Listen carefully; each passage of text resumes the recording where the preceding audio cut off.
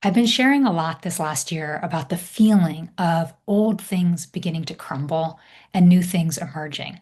Now, this is not just some new agey idea. This is a felt sense. You can feel it in yourself, you can see it in our world. The ways that we have been doing things that are old and not working are decaying and destroying themselves very rapidly.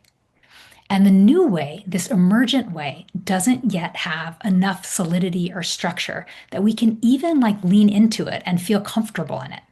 And so there's always this question when one thing's ending, but the new thing hasn't yet begun, of how to relate to it, how to keep ourselves stable and sane during that massive process of personal and collective transformation. So I wanted to share a really simple visual to help us think through what does this transition look like between the old way and the new way. So let's imagine that we have an old way that we can choose to participate in or not participate in.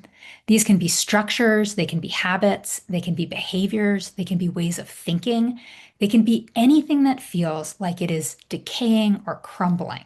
These can be ways of relating to yourself, to other people, at home, at work, or at society at large. So there are old ways of doing things, and we can choose to participate in them or not participate in them.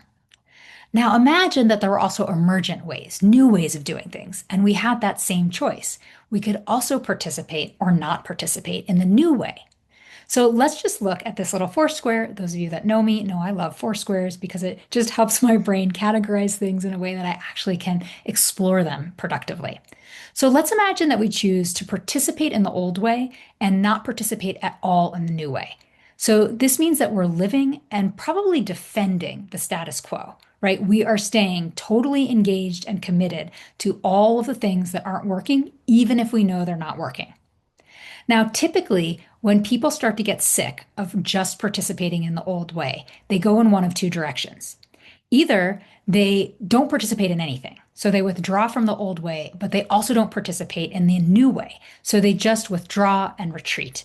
And so you can see that there could potentially be some benefits of just withdrawing and retreating sometimes because it gives you a chance to rest and recover. But as a long term strategy, just not participating at all tends to not work very well for the human psyche. So the other direction people tend to go is to try to participate in both the old way and the new way simultaneously.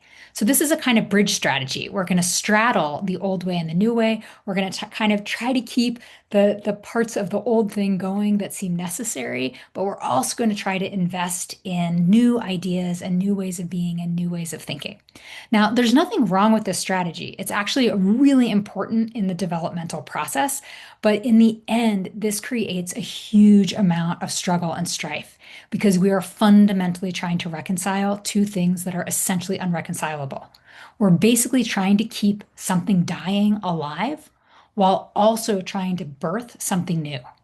And we have great capacity as humans. We can do that for a while, but at some point, and I can speak to this from personal experience, at some point it just gets too exhausting to be doing both. And it also starts feeling like you're out of integrity because you're actually investing in things you don't believe in anymore. And you're kind of like hedging your bets. You're kind of trying to plant some new seeds, but you're not quite nurturing them enough because you're still invested in that old way. Now, it is hard to break this habit. But if we can move either from a non participation stance or from a struggle and strife stance, we do have another option. We do have the option to not participate in the old way, or at least lessen our participation in the old way, and really start to invest in the new way. Now, the problem for the human psyche here is we don't know what that looks like. We don't know what the new way even is. We don't know how to do it. And so, in a sense, by even agreeing to fully participate in what's emerging, we are stepping into a great mystery. And that is exhilarating and thrilling and terrifying all at the same time. I'm not here today to describe a specific new way. I'm here to invite you into the feeling of the new way. So, when there's a paradigm shift in the old way, we would plan it out, we'd architect a new solution, we'd orchestrate everything, and we'd will ourselves forward. That is not the feeling of the new way. The new way is fundamentally a developmental process, not an architecting process. We're not planning and executing and willing. We're actually developing and growing. It's like being a seed that is in the right conditions and is about to sprout.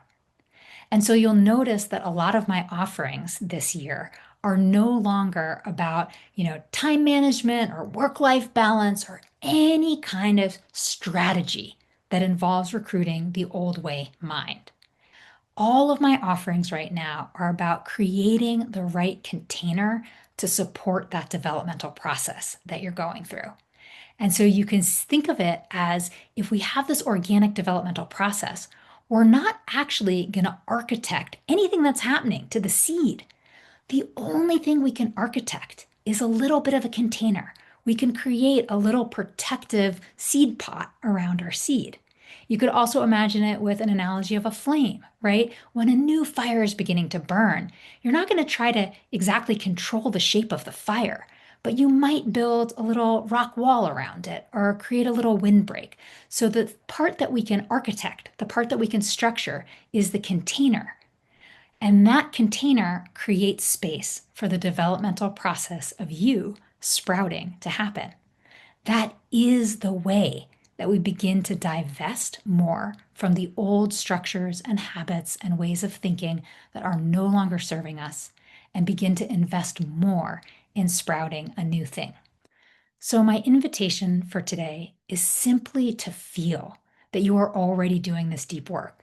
You are already letting go of some of the habits, some of the ways of thinking, some of the ways of being, and some of the ways you relate to old structures. You're already letting go of some of that. And you're already feeling the call towards the new. Even if you're not yet consciously participating in it, if you're listening to this video, you are already feeling that call. So the invitation for today is to recognize that, enjoy it, and give yourself a little space. Create a little container to protect that new seed as it sprouts.